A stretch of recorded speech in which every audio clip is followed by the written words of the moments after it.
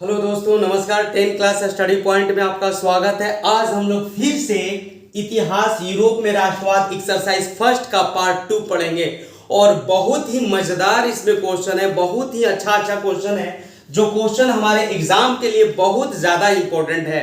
तो ये वीडियो को हम लोग लास्ट तक देखेंगे और इस वीडियो पर आप लास्ट तक बने रहिएगा, इसलिए क्योंकि ये जो सारे क्वेश्चन है वो सारे क्वेश्चन इंपॉर्टेंट है और सारे एग्जाम में आए हुए क्वेश्चन है।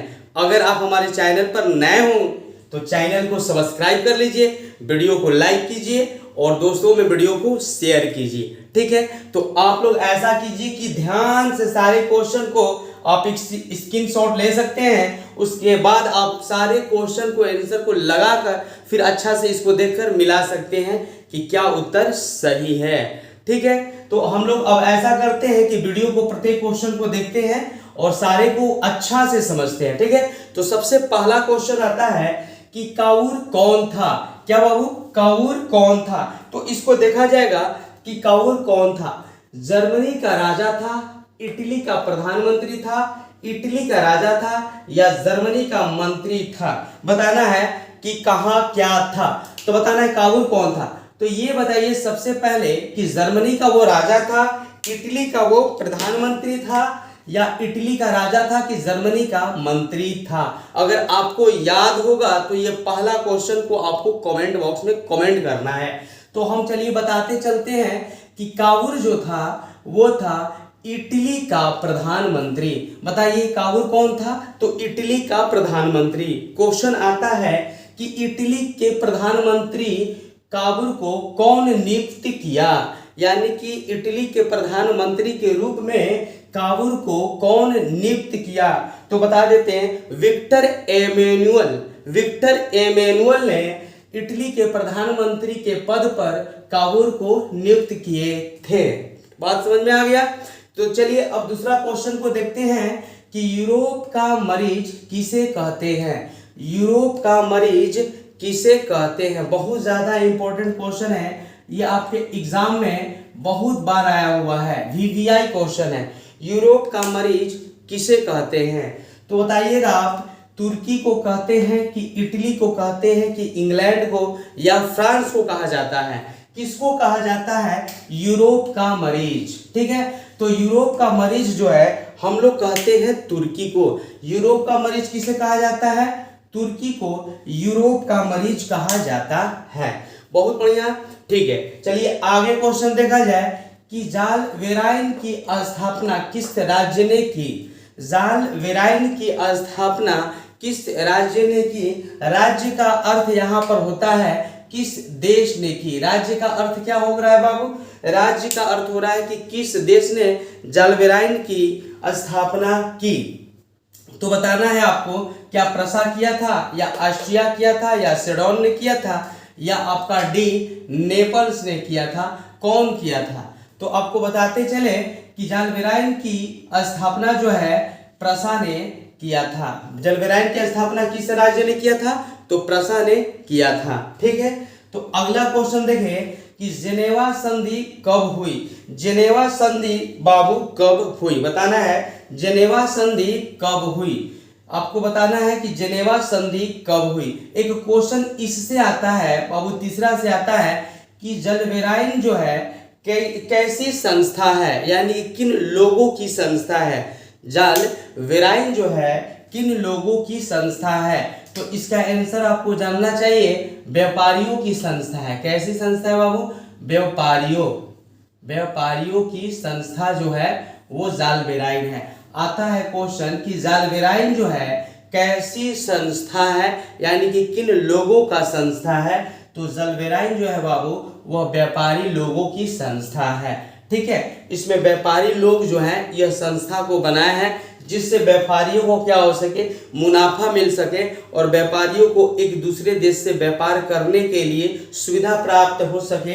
इसलिए जालवेराइन की क्या है, एक दल बनाया गया व्यापारियों की स्थापना के लिए।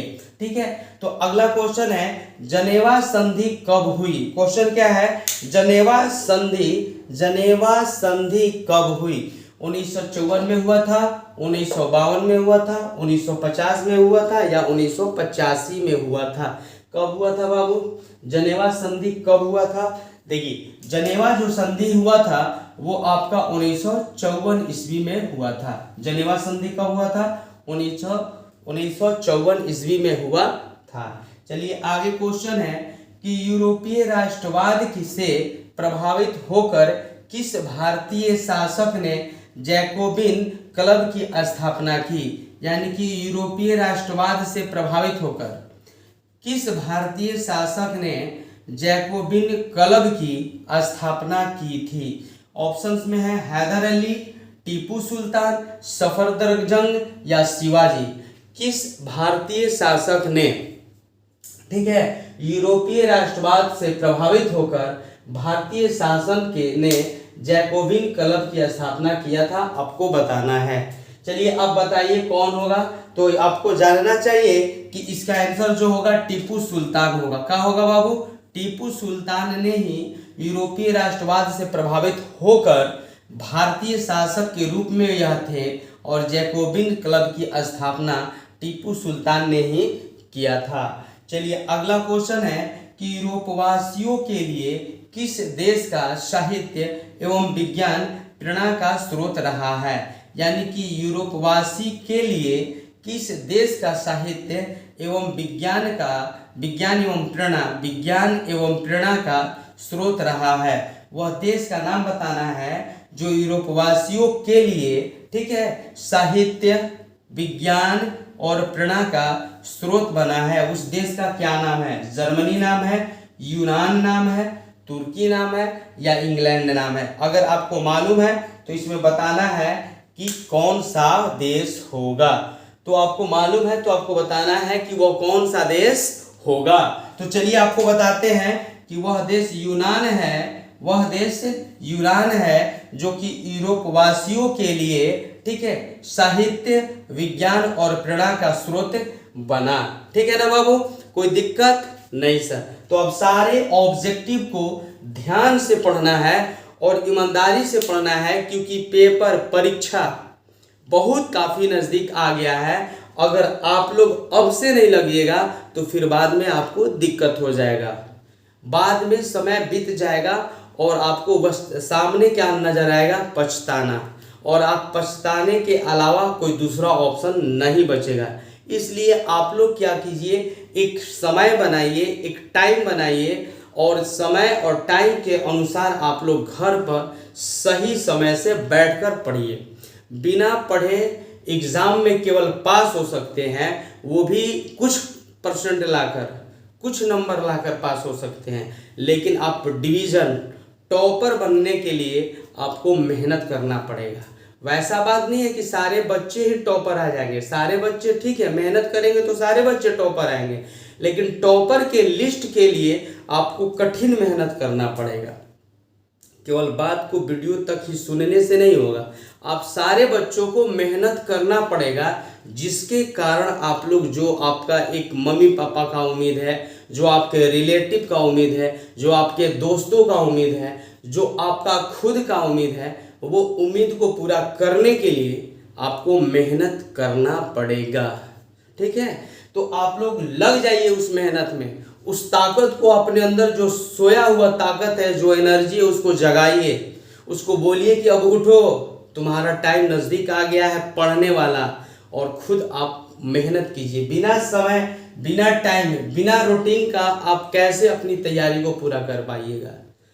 है तो सबसे पहले आपको रूटीन बनाकर उस टाइम को पूरा करना है और ताकत लगाना है मेहनत के लिए। देखिए अब अगला क्वेश्चन आता है, तो वो क्वेश्चन हम लोग क्या, सबसे पहले हम लोग क्या पढ़े थे?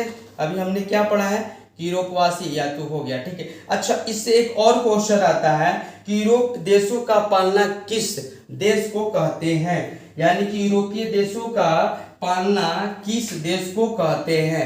यूरोपीय देशों का पालना किस देश को कहते हैं? ये भी एक क्वेश्चन है, इसको आपको नोट डाउन करना है, कॉपी में नोट डाउन करना है बाबू।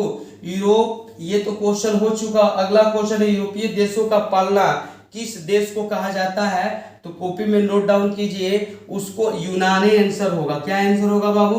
उसका भी यूनान आंसर होगा। क्वेश्चन क्या बोले हैं कि यूरोपीय देशों का पालना किस देश को कहा जाता है, तो उसका भी आंसर क्या होगा, यूनान ही होगा। चलिए अगला क्वेश्चन है 1829 ईस्वी की एड्रियानोपुल की संधि किस देश के साथ हुई।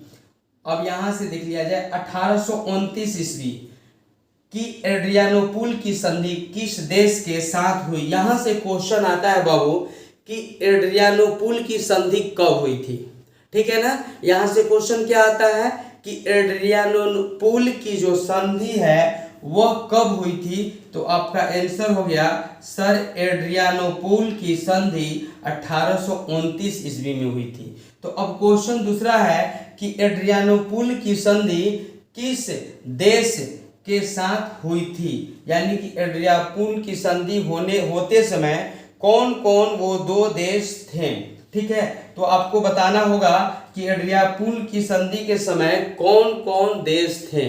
तो आपको बता दें एड्रियानोपुल की जो संधि हुई थी वो हुई थी रूस और जर्मनी के साथ हुई थी। रूस और बाबू किसके साथ हुई थी, रूस और जर्मनी के साथ हुई थी। तो बताइए इसमें रूस है जर्मनी नहीं है, तो कम से कम रूस है, तो आपका आंसर क्या हो जाएगा, रूस हो जाएगा। बताइए क्या आता है कि 1829 ईस्वी में एड्रियानोपुल की संधि किन दो देशों के बीच हुई थी। तो आपको याद कर लेना है कि एड्रियानोपुल की संधि जो दो देशों के बीच हुई थी वो रूस और जर्मनी था। क्वेश्चन और क्या आता है कि एड्रियानोपुल की संधि कब हुई थी, तो आपको आंसर में क्या याद करना है, 1829 ईस्वी में हुई थी, ठीक है। आपको हम चाहते हैं कि सारा क्वेश्चन का आंसर आप इस क्लास में याद कर लीजिए, इस वीडियो से ही याद कर लीजिए, इस समय ही याद कर लीजिए, ठीक है। तो आप लोग थोड़ा सा दिमाग को फ्रेश रखिए और कॉपी कलम निकाल कर हमेशा पढ़िए। बिना कॉपी कलम का केवल सुनिएगा तो बस सुनने तक 1-2 घंटा याद रहेगा, शायद भूल सकते हैं, और लेकिन कॉपी में जब इसको नोट डाउन कर लीजिएगा, आप लिख लीजिएगा, तो प्रैक्टिस कीजिएगा प्रत्येक सुबह प्रत्येक शाम या कभी भी 2-4 दिन पर कीजिएगा, तो वो आपको दिमाग में निरंतर हमेशा सदैव बना रहेगा, ठीक है ना बाबू। तो ये क्वेश्चन 7 हम लोग क्लियर कर लिए। अब देखते हैं 8वां क्वेश्चन, हंगरी की भाषा क्या है, ठीक है। हंगरी की जो भाषा है क्या है, तो what was the language for the Hungary, यानी कि हंगरी की जो भाषा है क्या है, तो इतालवी है, मैग्यार है, पोलास या यूनान, ठीक है। ऐसा भी क्वेश्चन आता है कि हंगरी की भाषा क्या था, ऐसा भी क्वेश्चन आता है कि हंगरी की भाषा क्या था, ठीक है। हंगरी की भाषा क्या है, तो इतालवी है, मैग्यार है, पोलास है, यूनान है। बताइए क्या है, तो इसका आंसर बाबू होगा मैग्यार। क्या होगा आंसर है बाबू इसका, मैग्यार आंसर होगा। क्या होगा, मैग्यार होगा, मैग्यार। कभी कभी क्वेश्चन ये भी आता है कि हंगरी की राजधानी कहाँ है, हंगरी की राजधानी कहाँ है, तो बुडापेस्ट, कहाँ है बाबू, बुडापेस्ट। हंगरी की राजधानी जो है बुडापेस्ट है, और हंगरी की जो भाषा है क्या है बाबू, मैग्यार है। यहाँ पर देखा जाए 9 नंबर क्वेश्चन, रक्त एवं लौह की नीति का अवलंबन किसने किया था। बताइए रक्त एवं लौह के नीति का अवलंबन किसने किया था।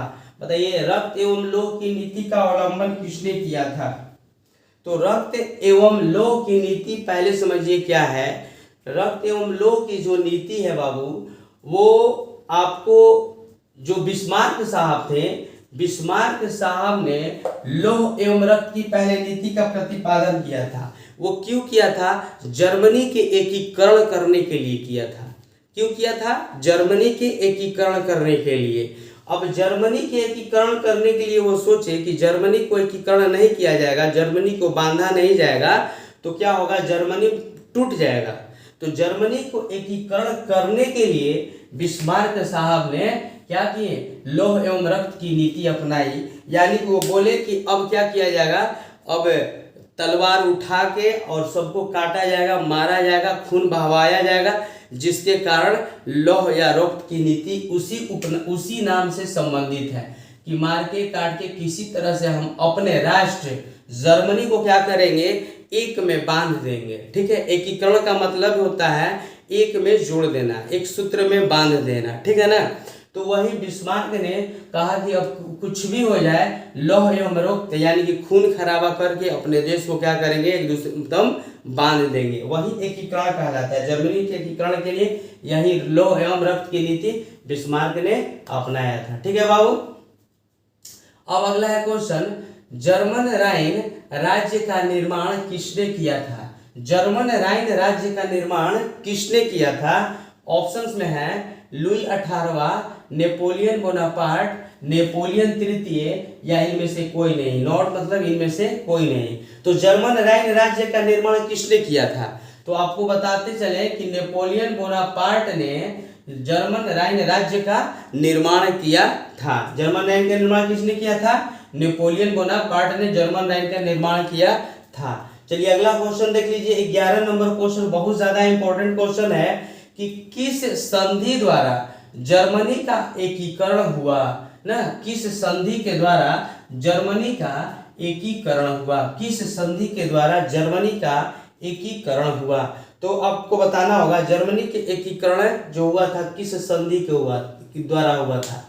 जर्मनी का एकीकरण किस संधि के द्वारा हुआ था आपको बताना है। तो डेनमार्क की संधि के द्वारा हुआ था, या गैस्टीन की संधि के द्वारा हुआ था, या प्राग की संधि के द्वारा, कि फ्रैंकफर्ट की संधि के द्वारा हुआ था?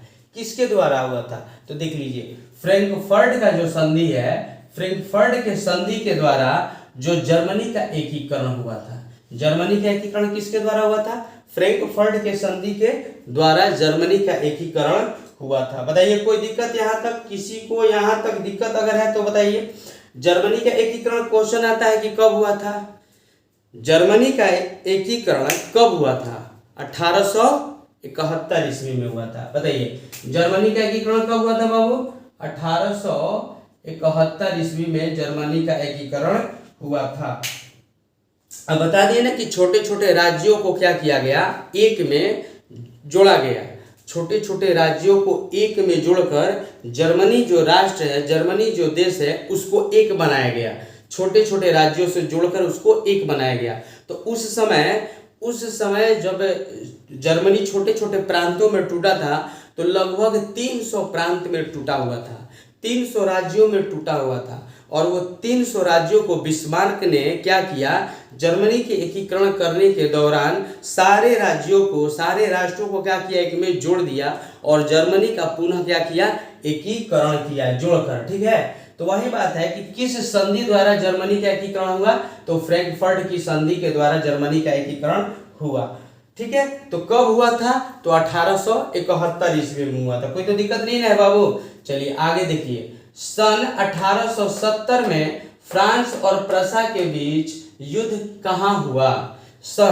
अब यहां से देख लीजिए, सन 1870 में फ्रांस और प्रसा के बीच जो युद्ध हुआ था वो कहाँ हुआ था? ये बहुत महत्वपूर्ण क्वेश्चन है। एमवीवीआई इसको कीजिए। ठीक है, इसलिए एमवीवीआई कीजिए कि इस प्रश्न में आपका 3 उत्तर छिपा हुआ है। कम से कम 3 उत्तर इस प्रश्न में छिपा हुआ है। सबसे पहला प्रश्न तो ये उठेगा कि जो है फ्रांस और प्रसा के बीच कौन सा युद्ध हुआ? ठीक है। दूसरा क्वेश्चन है सन 1870 ईस्वी में कौन सा युद्ध फ्रांस और प्रसा के बीच हुआ था?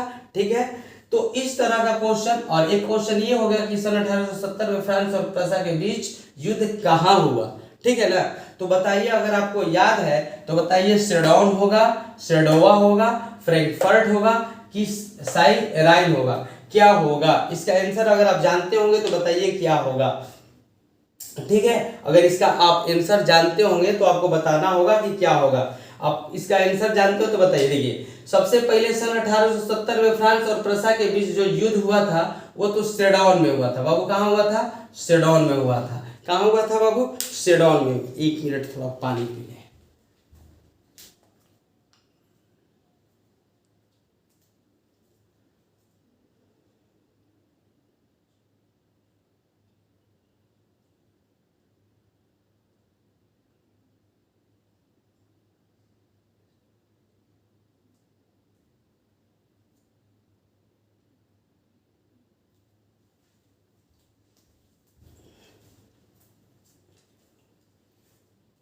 देखिए अब यहाँ क्वेश्चन है क्या पढ़ा, हाँ तो 1870 में फ्रांस और प्रसा के बीच युद्ध कहाँ हुआ, तो आपका सेडोन में हुआ। कहाँ हुआ था, सेडोन में हुआ था। तो ये यहाँ से क्वेश्चन जान गया कि 1870 में फ्रांस और प्रसा के बीच युद्ध कहाँ हुआ था, तो सेडोन में हुआ था। ठीक है ना बाबू। चलिए अगला क्वेश्चन देख लिया जाए कि हीगेल कौन था। हीगेल कौन था, क्वेश्चन है कि हीगेल जो है कौन था। ये भी क्वेश्चन बहुत ज्यादा जरूरी है, बहुत इंपॉर्टेंट है कि हीगेल कौन था। तो कूटनीतिज्ञ था, राजनीतिज्ञ था, दार्शनिक था या चांसलर था। ठीक है ना बाबू। तो बताइए हीगेल जो था क्या था, तो आपको बता दें कि हीगेल जो था बाबू दार्शनिक था। और इससे क्वेश्चन आता है कि बिस्मार्क क्या था। क्वेश्चन ये भी आता है बाबू कि बिस्मार्क क्या था। क्वेश्चन क्या आता है बाबू, हीगेल कौन था तो दार्शनिक था, आता है बिस्मार्क क्या था, तो बिस्मार्क जो था बाबू कूटनीतिज्ञ था।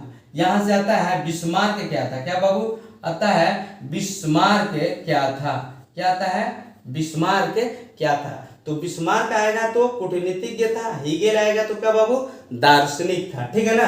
तो ये क्वेश्चन आपको किसी तरह से याद कर लेना है। एग्जाम में आता है कि बिस्मार्क क्या था तो कूटनीतिज्ञ था, हीगेल क्या था तो दार्शनिक था। बताइए कोई दिक्कत किसी को, नहीं सर, नहीं है दिक्कत किसी को नहीं है। तो आगे देख लिया जाए, क्वेश्चन नंबर है 14 कि जालबेरिन एक संस्था थी। तो बताइए अभी हम बताया है जालबेरिन एक कैसी संस्था थी। जालबेरिन जो है एक कैसी संस्था थी बाबू, तो जालबेरिन क्रांतिकारियों की संस्था थी कि क्या व्यापारियों की संस्था थी, क्या विद्वानों की संस्था थी या पादरियों की संस्था थी। दम आप जुनून में होकर आइए और बताइए कि ये किसकी संस्था थी जालबेरिन, क्योंकि हम अभी जस्ट समझा है कि जालबेरिन जो संस्था थी वो कैसी संस्था थी और किनकी संस्था थी। तो जालबेरिन जो है बाबू देखिए इधर हमने बताया है, इधर हमने कहीं पर बताया है कि जालबेरिन जो है, देखिए यहाँ पर जालबेराइन है ना, तो हमने यहाँ पर बताया है। तो जालबेराइन जो या जालबेरिन जो है कैसी संस्था है, तो व्यापारियों की संस्था है बाबू। कैसी संस्था है, यानी यह जो है व्यापारियों की संस्था जो है जालबेराइन है, या जालबेरिन जो है व्यापारियों की संस्था है। किस, अगला क्वेश्चन देख लीजिए, किस युद्ध के बाद जर्मनी का एकीकरण हुआ। किस युद्ध के बाद जर्मनी का एकीकरण हुआ, किस युद्ध के बाद जर्मनी का एकीकरण हुआ, मतलब जर्मनी जो है किस युद्ध के बाद एक हो गया। आपस में जो छोटे छोटे प्रांत उसके टूटे हुए थे ऑलमोस्ट 300 पार्ट में, उस 300 भाग आपस में जुड़कर एक जर्मनी का एकीकरण हुआ। तो वो कह रहा है कि किस युद्ध के बाद जर्मनी आपस में जुड़कर एक नया राष्ट्र बना। ठीक है, किस युद्ध के बाद, तो प्रसा डेनमार्क युद्ध के बाद, सेडोन युद्ध के बाद, क्रीमिया युद्ध के बाद या सेडोवा के युद्ध के बाद। चलिए बता दीजिए किस युद्ध के बाद हुआ था। तो आपको बता दे कि सेडोन के युद्ध के बाद। को इसके युद्ध के बाद बाबू, सेडोन के युद्ध के बाद। अगर आ जाएगा कि सेडोन का युद्ध कब हुआ था, क्या बताइएगा, चलिए जल्दी बताइए। अगर कमेंट करना है तो कमेंट जल्दी कीजिए बाबू कि सेडोन का युद्ध कब हुआ था। अगर आएगा तो आप क्या बताइएगा। अभी हमने बोर्ड पर बताया है कि सेडोन का युद्ध 1870 ईस्वी में हुआ था। एक क्वेश्चन यहां से और आता है कि सेडोवा का युद्ध कब हुआ था। क्या था बाबू, सेडोवा का युद्ध कब हुआ था। आपको अगर याद होगा तो जरूर कमेंट में लिखिएगा कि सर जी सेडोवा का युद्ध कब हुआ था। हमारे ख्याल से सेडोवा का युद्ध 1866 ईस्वी में हुआ था। ठीक है, तो यहां से आपको जानना है कि सेडोन का युद्ध कब हुआ था, तो 1870 में हुआ था, और सेडोवा का युद्ध कब हुआ था, तो 1866 में हुआ था। ठीक है, अगर पूछ दिया जाए कि सेडोन का युद्ध किनके किनके बीच लड़ा गया था, किन दो देशों के बीच सेडोन का युद्ध लड़ा गया था, आंसर क्या बताइएगा। आंसर क्या बताइएगा बाबू, फ्रांस और प्रसा। क्या बताइएगा, फ्रांस और बाबू क्या बताइएगा, फ्रांस और प्रसा। क्या बताइएगा, फ्रांस और प्रसा। ठीक है, सेडोन का युद्ध किसके किसके बीच लड़ा गया था, तो फ्रांस और प्रसा के बीच। ठीक है, सेडोन का युद्ध लड़ा गया था 1870 ईस्वी में लड़ा गया था, और सेडोवा का युद्ध कब हुआ था, 1866 ईस्वी में हुआ था। तो यहाँ पर देख लिया जाए, बिस्मार्क, क्या बाबू, बिस्मार्क किस विद्वान की विचारधारा से प्रभावित था। बिस्मार्क जो है किस विद्वान की विचारधारा से प्रभावित था। तो बिस्मार्क जो है ये हीगेल नाम के व्यक्ति थे।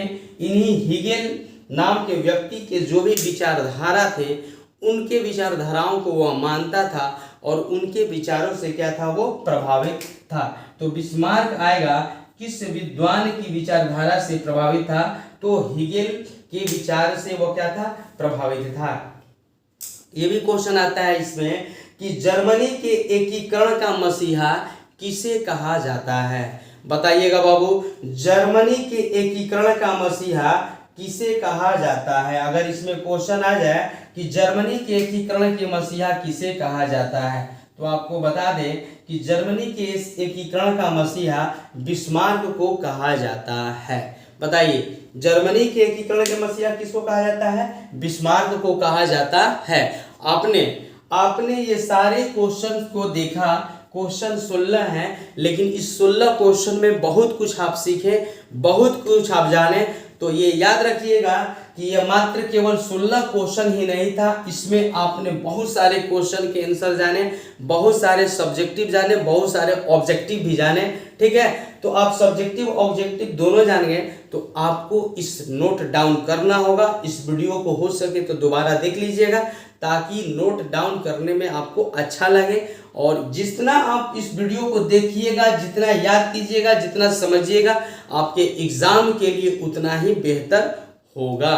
ठीक है ना बाबू। तो आपने हमारे वीडियो को अंत तक देखा, इसके लिए बहुत बहुत धन्यवाद। लेकिन साथ ही साथ ये कहेंगे कि अगर आप हमारे चैनल पर नए हैं तो चैनल को सब्सक्राइब करना है, वीडियो को लाइक करना है, दोस्तों में शेयर करना है। धन्यवाद।